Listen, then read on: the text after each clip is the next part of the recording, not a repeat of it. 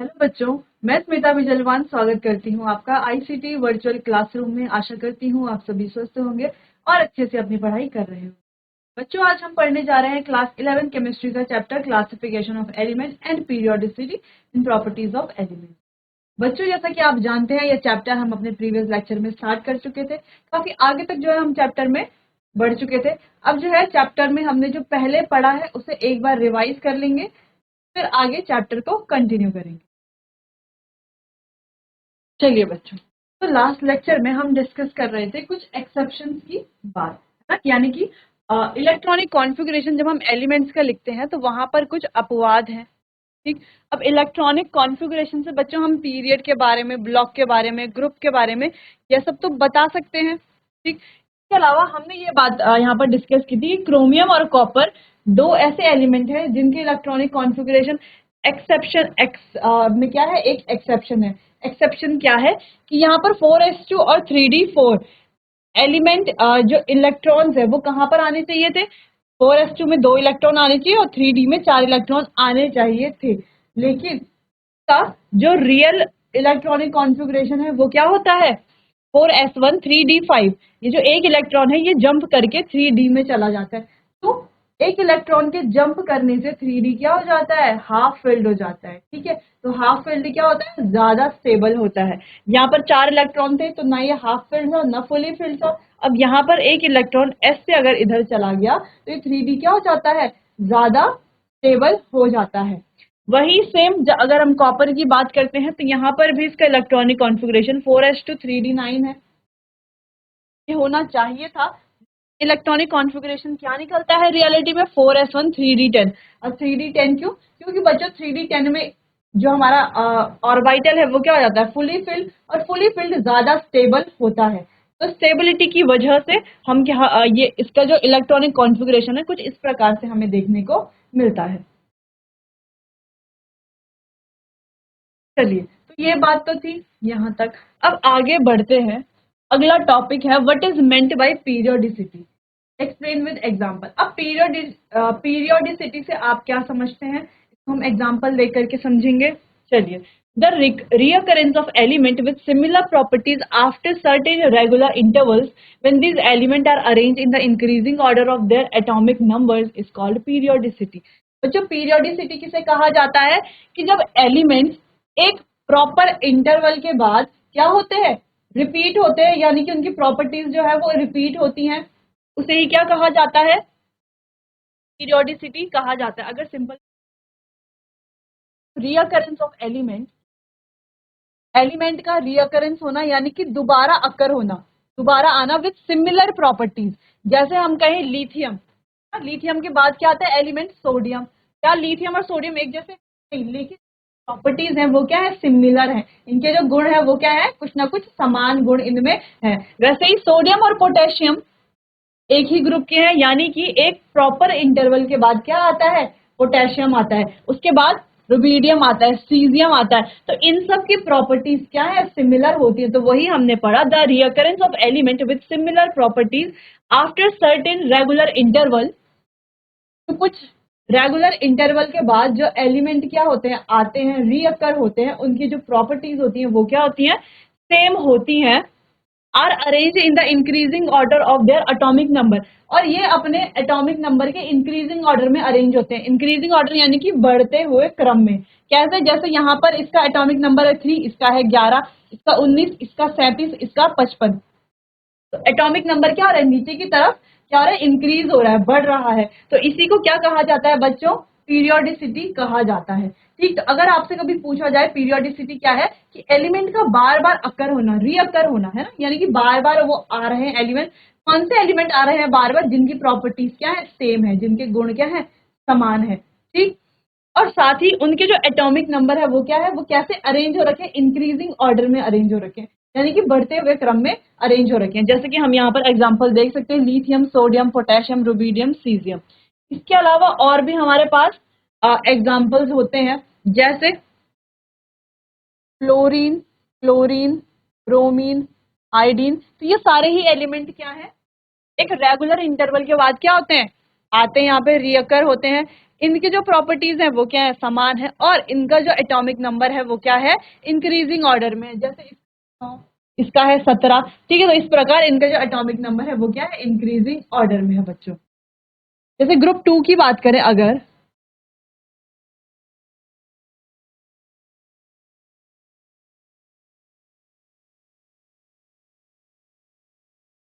तो ये जो एलिमेंट्स है इनका भी क्या है, ये जो एटॉमिक नंबर है इंक्रीजिंग ऑर्डर में है। दूसरी चीज ये रियकर हो रहे हैं एक,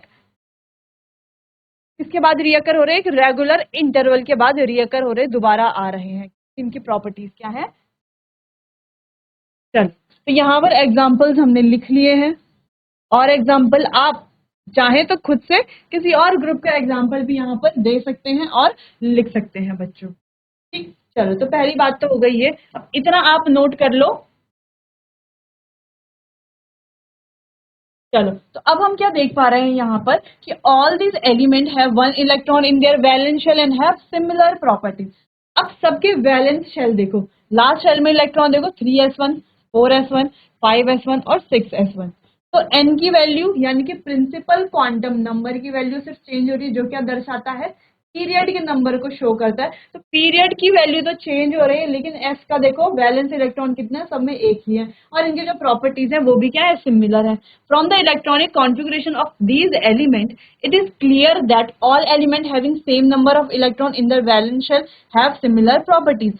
यानी कि बच्चों ये जो इलेक्ट्रॉनिक कॉन्फ़िगरेशन हम देख रहे हैं, यहाँ से क्या एक जो कंफ्यूजन है वो दूर हो जाता है कि जितने भी एलिमेंट यहाँ पर अरेंज हैं इनके पास क्या है, जो वैलेंस शेल में क्या है, जिन एलिमेंट्स के वैलेंस शेल में सेम इलेक्ट्रॉन होंगे उनकी प्रॉपर्टीज सिमिलर होंगी। ठीक, अब जैसे यहाँ पर सबके वैलेंस शेल में क्या है, एक एक इलेक्ट्रॉन है, यानी कि सबकी प्रॉपर्टी क्या है, सिमिलर है। वैसे ही अगर हम किसी और ग्रुप की बात करें, हो सकता है जैसे अगर हम ग्रुप 2 की बात करें तो उनके सभी इलेक्ट्रॉन के जो वैलेंस शेल है, वैलेंस शेल में सबके दो दो इलेक्ट्रॉन्स होते हैं। ठीक है, अगर हम ग्रुप 2 की बात करते हैं तो वैलेंस शेल में दो इलेक्ट्रॉन होते हैं, यानी कि उन सब की प्रॉपर्टीज क्या है, सिमिलर है। तो यहाँ से ये क्लियर होता है that all element having same number of electron in the valence shall have similar properties.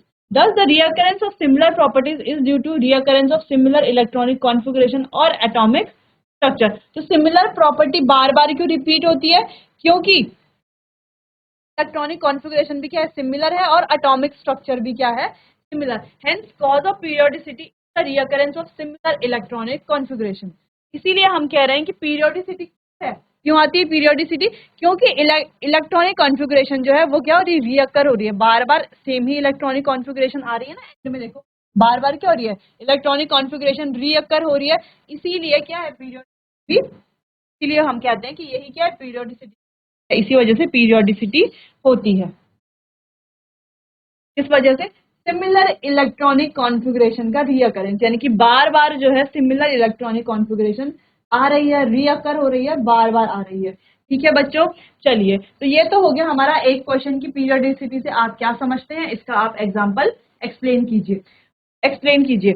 इसके अलावा आप चाहें तो कोई और ग्रुप 2 के एलिमेंट्स को आप लिख सकते हैं, ग्रुप 18 के एलिमेंट्स को, ग्रुप 17 एलिमेंट्स को, या आप चाहें तो carbon family, halogen family, oxygen family, ये एग्जांपल भी आप लिख सकते हैं। बस आपको इलेक्ट्रॉनिक कॉन्फ़िगरेशन लिखनी है सबकी, लास्ट शेल में सेम इलेक्ट्रॉन होगा, वैलेंस शेल में सेम इलेक्ट्रॉन होगा, यानी कि उन सबकी प्रॉपर्टीज क्या है, सिमिलर है, इलेक्ट्रॉनिक कॉन्फ़िगरेशन रीअकर हो रही है। ठीक है बच्चों, चलिए तो नोट कर लीजिए, फिर आगे बढ़ते हैं।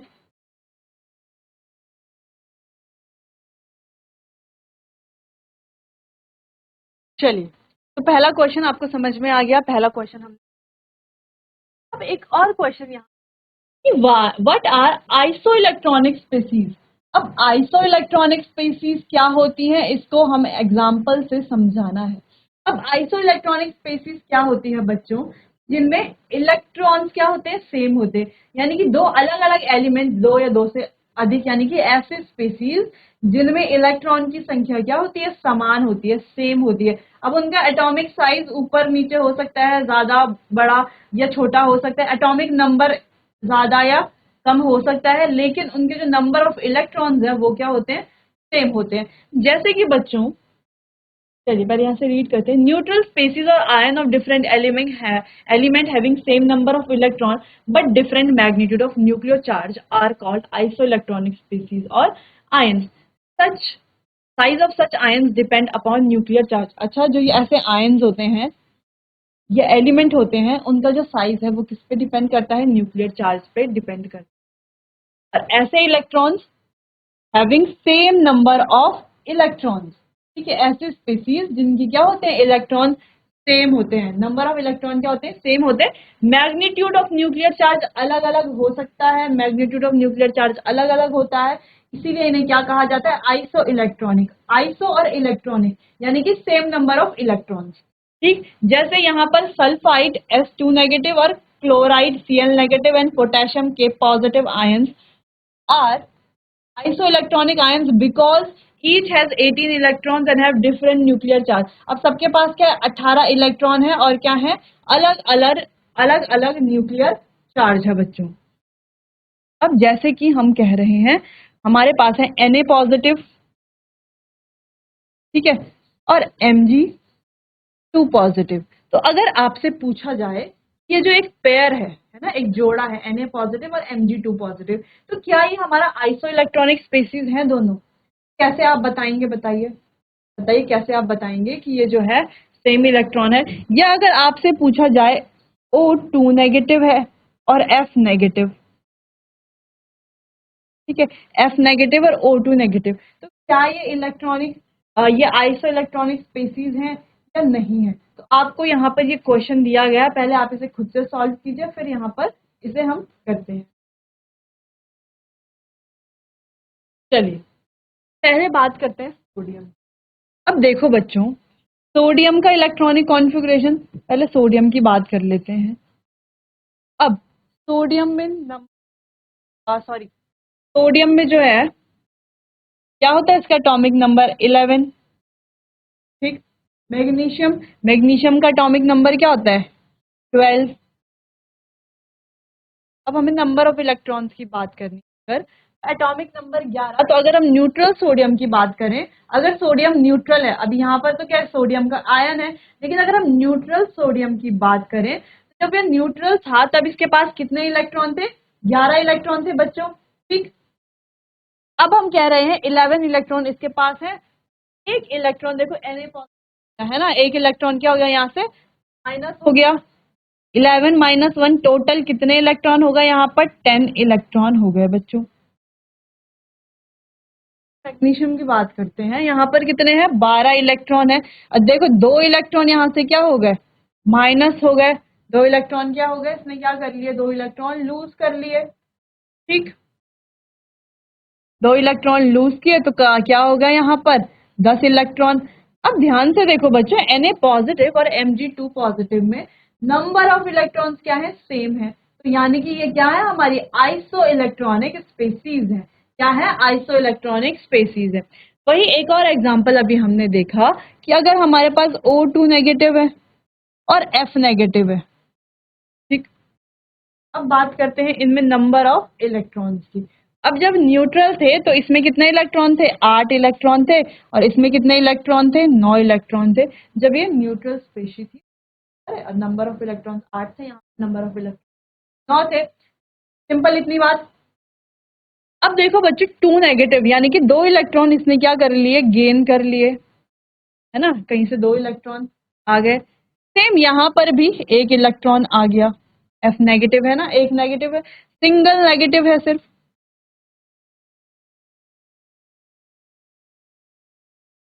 सिंगल नेगेटिव है। टोटल इलेक्ट्रॉन कितने होंगे? 8 + 2 10 इलेक्ट्रॉन। यहाँ पर भी 9 + 1 10 इलेक्ट्रॉन। यानी कि सोडियम मैग्नीशियम आपस में क्या है? आइसो इलेक्ट्रॉनिक स्पीसीज है। ऑक्सीजन फ्लोरीन आपस में क्या है? ऑक्सीजन कौन सा oxygen? O2 negative, F negative आपस में क्या है? आइसो इलेक्ट्रॉनिक स्पीसीज है। क्यों है? क्योंकि नंबर ऑफ इलेक्ट्रॉन सेम है। तो एक बात और ध्यान से देखें अगर हम बच्चों, तो यहाँ पर देखो 10 इलेक्ट्रॉन यहाँ पर है, 10 यहाँ पर है, लेकिन 10 यहाँ पर भी तो है और 10 यहाँ पर भी है, यानी कि ये चारों भी आपस में क्या है? आइसो इलेक्ट्रॉनिक स्पीसीज है। Na positive, O2 negative, Mg2 positive, F negative, ये चारों क्या है? आपस में आइसो इलेक्ट्रॉनिक स्पीसीज है। क्यों है? क्योंकि यहाँ पर जो नंबर ऑफ इलेक्ट्रॉन्स है वो क्या है? सेम है बच्चों, ठीक। चलिए, तो इतनी बात तो हो गई, कुछ एग्जाम्पल भी हमने देख लिया हमने अच्छे से समझ लिया कि आइसो इलेक्ट्रॉनिक स्पेसीज क्या होती है। तो बच्चों ये एग्जाम्पल आप नोट कर लीजिए, फिर आगे बढ़ते हैं।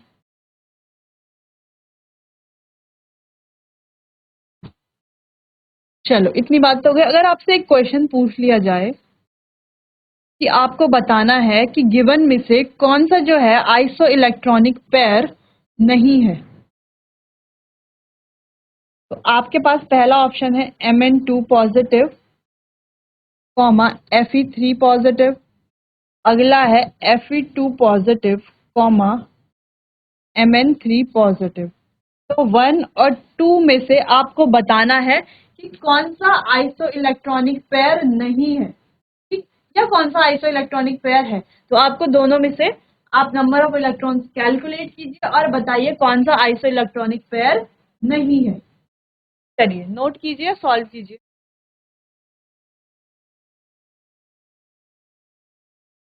इसको Mn2 पॉजिटिव कर लेते हैं। चलो चलो, तो Mn का देखो बच्चों क्या होता है, 25 एटॉमिक नंबर है ना, यानी कि 25 इलेक्ट्रॉन जब ये न्यूट्रल था, माइनस कर लेंगे 2, कितना हो गया 23। वहीं बच्चों इसका इलेक्ट्रॉनिक कॉन्फ़िगरेशन में अगर हम देखें तो एटॉमिक नंबर है 26, ठीक, यानी कि पहले जब ये क्या था, न्यूट्रल था, तो नंबर ऑफ इलेक्ट्रॉन्स कितने थे 26, माइनस कर देंगे 3 इलेक्ट्रॉन, कितना हो जाएगा टोटल 23 इलेक्ट्रॉन, ठीक। यानी कि बच्चों, यानी कि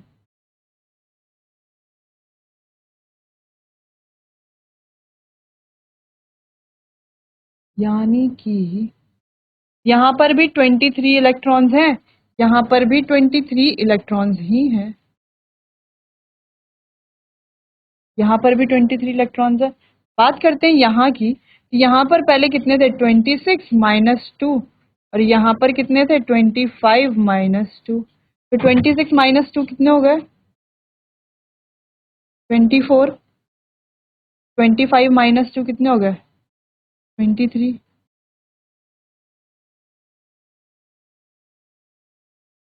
ठीक। तो यानी कि इसमें नंबर ऑफ इलेक्ट्रॉन है 23 और इसमें है 24, ठीक, यानी कि इसमें नंबर ऑफ इलेक्ट्रॉन कितने हैं 23 इलेक्ट्रॉन और यहाँ पर है 24 इलेक्ट्रॉन। तो कौन सा वाला बच्चों आइसो इलेक्ट्रॉनिक स्पेसीज नहीं है, देखो ये वाला तो आइसो इलेक्ट्रॉनिक स्पेसीज है, ये वाला बच्चों आइसो इलेक्ट्रॉनिक स्पेसीज नहीं है। तो यहाँ पर नंबर ऑफ इलेक्ट्रॉन्स क्या है, अलग अलग है, इसमें 23 इलेक्ट्रॉन्स है जबकि यहाँ पर क्या है 24 इलेक्ट्रॉन। इस तरीके से क्वेश्चन आपको एग्जाम में दिया जा सकता है, एमसीक्यू में 1 मार्क्स में क्वेश्चन पूछा जाता है, और हर साल यहाँ से क्वेश्चन आता ही आता है आइसो इलेक्ट्रॉनिक स्पेसीज से, कि कौन सी जो है आइसो इलेक्ट्रॉनिक स्पेसीज है, कौन सी नहीं है। तो इस तरीके से कंफ्यूज करने के लिए ऐसे ऑप्शन आ सकते हैं। आपको बस एटॉमिक नंबर याद रखने हैं, नंबर ऑफ इलेक्ट्रॉन कैलकुलेट करने हैं, और इजीली आप बता पाएंगे कौन सा आइसो इलेक्ट्रॉनिक स्पेसीज है, कौन सा आइसो इलेक्ट्रॉनिक स्पेसीज नहीं है।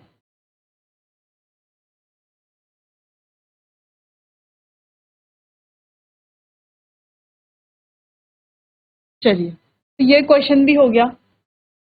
अब अगला क्वेश्चन देखते हैं, why lengthenoids and actinoids are placed in separate rows of the bottom of the periodic table। क्यों lengthenoid और actinoid को सेपरेटली बिल्कुल अलग करके पीरियडिक टेबल के नीचे बॉटम में क्यों रखा गया है, अलग से तो रखा गया है बच्चों, इसका रीजन हमने कई बार डिस्कस किया, इसके कई सारे अलग अलग रीजन हो सकते हैं। चलिए, एक रीजन यहाँ पर है, इसे भी एक बार डिस्कस कर लेते हैं। Lanthanoids and actinoids are placed in separate rows at the bottom of the periodic table to avoid unnecessarily sidewise expansion of the periodic table. As in both series of elements, the outermost shell and penultimate shell, the second outermost shell of the atoms, are incomplete with the filling of only f orbitals of anti-penultimate shell, one inner to penultimate shell occurs। बच्चों इसका मतलब क्या है कि पहले तो जो रोज है और कॉलम है, मतलब सॉरी जो रोज है उनको सेपरेट क्यों रखा गया है, ताकि अननेसेसरली साइड वाइज एक्सपेंशन ना बढ़ जाए, है ना। जो पीरियोडिक टेबल है, जो उसका स्ट्रक्चर है, अगर हम वहां पर सिर्फ दो पीरियड में क्या कर लेते हैं, लेंथेनॉइड और एक्टिनॉइड जिस पीरियड में आएगा उस पीरियड को एक्सपैंड करके रख देते हैं, है ना, लंबा सा वहां पर लेंथेनॉइड और एक्टिनॉइड्स के एलिमेंट्स रख देते हैं, तो क्या होगा, जो पीरियोडिक टेबल है वो फालतू में बहुत ज्यादा एक्सपेंड हो जाएगा, उसका पूरा स्ट्रक्चर बिगड़ जाएगा, है ना। क्योंकि लेंथेनॉइड और एक्टिनॉइड तो सिर्फ एक ही ग्रुप में है और दो अलग अलग पीरियड में, और ग्रुप तो एक ही है, ठीक। तो सिर्फ एक ही वो बढ़ेगा ना, वहां पर जो एक्सपेंशन है वो सिर्फ वहीं पर होगा। बाकी पूरी पीरियोडिक टेबल के एलिमेंट्स तो वैसे ही रहने चाहिए, तो उनको फालतू में क्या होगा, जो पीरियोडिक टेबल होगी फालतू में उसका एक्सपेंशन होगा, ठीक। दूसरी चीज, उसका स्ट्रक्चर जो है बिगड़ जाएगा, इस वजह से जो है उन्हें अलग रखा जाता है। अब अगली चीज है कि दोनों सीरीज में, लेंथेनॉइड और एक्टिनॉइड में, जो आउटर मोस्ट शेल है और जो सेकेंड आउटर मोस्ट शेल है वो क्या है, इनकम्प्लीटली फिल्ड है, लेकिन वहां पर फिलिंग सिर्फ एफ ऑर्बिटल की अकर होती है, ठीक। तो जब एफ ऑर्बिटल को फिल करेंगे तो वहां पर हम देखेंगे बच्चों इस बात को, जब हमने किया भी है इलेक्ट्रॉनिक कॉन्फ़िगरेशन कुछ एलिमेंट की, वहां पर भी हमने सेम चीज को देखा है। और तीसरा पॉइंट ये हो सकता है लेंथेनॉइड और एक्टिनॉइड को अलग अलग अलग रखने का, क्योंकि उनकी जो प्रॉपर्टीज है बच्चों वो सेम है, ठीक है। तो सेम प्रॉपर्टीज होने के कारण जो है उन्हें अलग से रखा जाता है। चलिए, तो ये आप नोट कर लीजिए, फिर आगे बढ़ते हैं बच्चों। चलिए बच्चों, अब आगे बढ़ते हैं, एक नया टॉपिक हमारा है।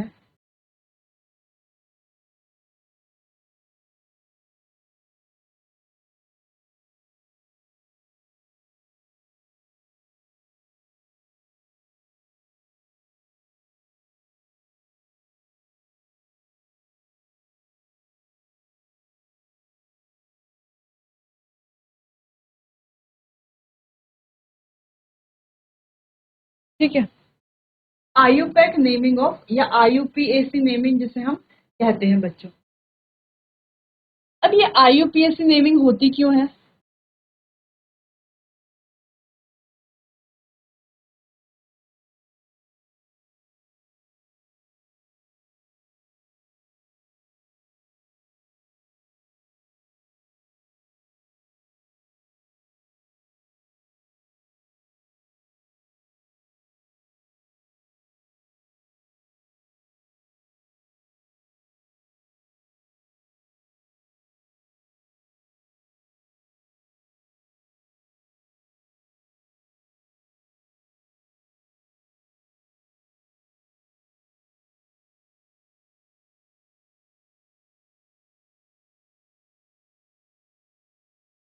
चलो, अब ये जो आईयूपीएसी नेमिंग क्यों की जाती है बच्चों, तो आईयूपीएसी जैसे हमारा एलिमेंट नंबर 104 है, तो इस एलिमेंट को सेम टाइम पे बच्चों किसने डिस्कवर किया था, अमेरिका ने और रशिया ने सेम टाइम पे डिस्कवर किया था, ठीक है। तो अमेरिकन ने कहा ये हमारा एलिमेंट है, इसका नाम हम रखेंगे, और जो रशियंस थे, सोवियत थे, उन्होंने कहा ये हमारा एलिमेंट है, इसे हमने डिस्कवर किया है, इसे हम रखेंगे, ठीक है। तो इस वजह से क्या हुआ, एलिमेंट्स को एक टाइम पे अगर किसी ने एक जैसे एलिमेंट को डिस्कवर कर लिया तो वहां पर क्या हो गया, कॉन्फ्लिक्ट्स हो गया बच्चों, ठीक है। तो कॉन्फ्लिक्ट्स के वजह से अब हर कंट्री अगर एक एलिमेंट का अलग अलग नाम रखेगी तो और लोगों के लिए कंफ्यूजन हो जाएगा, उस कंट्री के लिए तो ठीक है वो लोग तो पढ़ लेंगे, लेकिन और लोगों के लिए कंफ्यूजन हो जाएंगे, और ऐसे ही पता नहीं कितने सारे नए नए एलिमेंट्स डिस्कवर होते रहेंगे, डिस्कवर हो रहे हैं। तो हर एलिमेंट का अगर इस प्रकार से हर कंट्री अलग अलग नाम देगी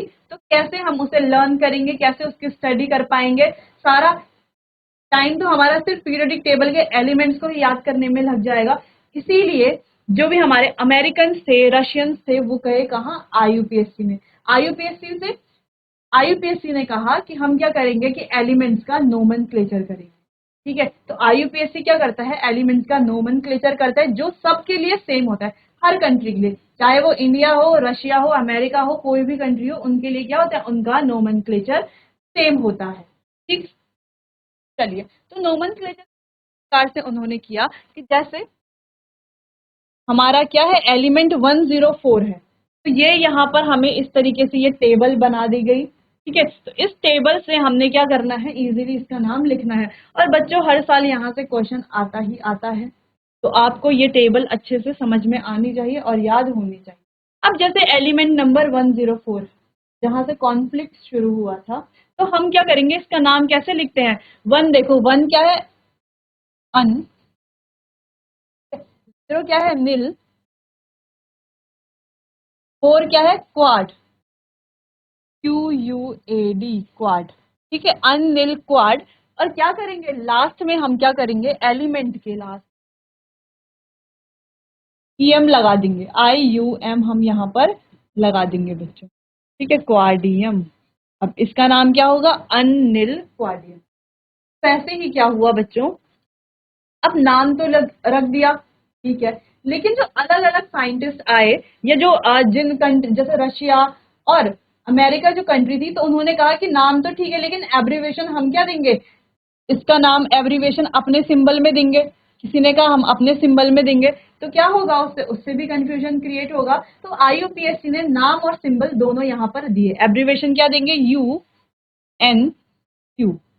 तो कोई भी नया एलिमेंट अगर डिस्कवर होता है, उसका एटॉमिक नंबर हमें पता होता है, तो हम इजीली क्या कर सकते हैं, उसका नोमेनक्लेचर कर सकते हैं। अगर हम कहें एलिमेंट नंबर 111, इसका अगर हमें कैसे लिखेंगे, देखो, वन यानी कि उन, फिर से वन यानी कि उन, और तीसरा वन यानी कि उन, लास्ट में लगा देंगे EM, UUU। ये हो गया इसका नाम और ये हो गया इसका सिंबल। ठीक है बच्चों, चलिए, तो इसे आप नोट कीजिए, फिर हम और भी बहुत सारे एलिमेंट्स देखेंगे और उनके सिंबल्स के बारे में पढ़ेंगे।